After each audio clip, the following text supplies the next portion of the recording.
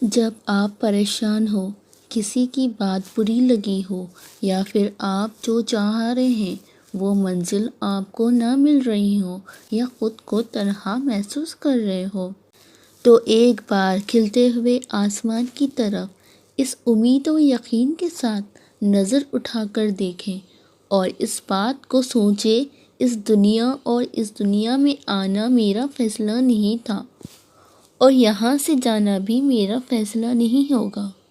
مجھے تو میرے اللہ نے دنیا میں بھیجا ہے میرا امتحان لینے کے لیے۔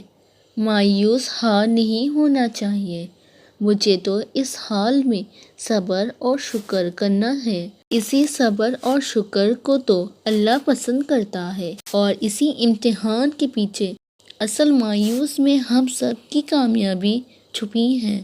پریشانی خاموشی ہونے سے کم، صبر کرنے سے ختم اور شکر کرنے سے خوشی میں بدل جاتی ہے۔